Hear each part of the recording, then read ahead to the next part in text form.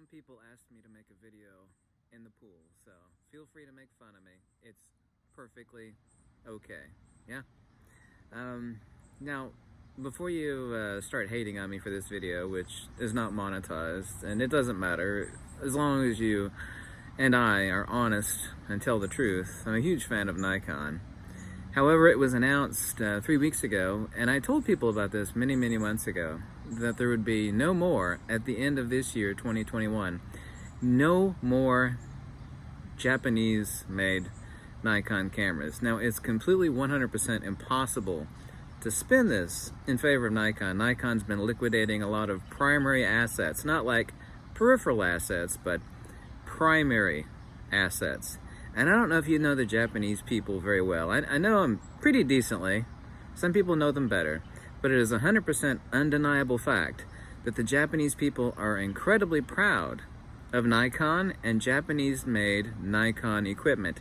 Extremely proud about that. And there aren't going to be any more Japanese-made Nikon cameras.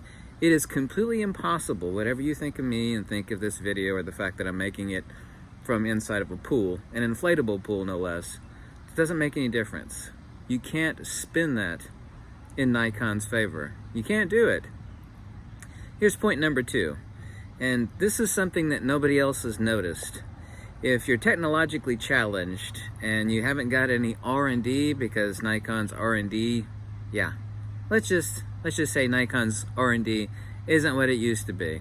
What you could do, because retro cameras, you know, kind of like a Leica. Now, Leica is not technically a retro camera, but it is a retro camera. Nobody complains about Leica being slow because, of course, it's manual focus. And nobody cares about the fact that it's incredibly bad on frames per second. It's slow, yeah? So, brilliant move on Nikon, yeah? Now, the Z9 may or may not be coming. So far, all we have is hearsay. But here's the fact. What would be a brilliant camera to come out with where nobody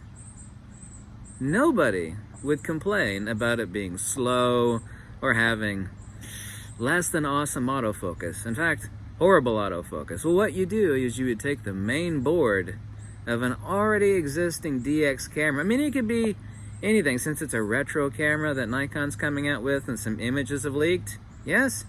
You could take like a Nikon D3500 main board, yeah? Just take a cheap, slow Nikon, because you know what we do?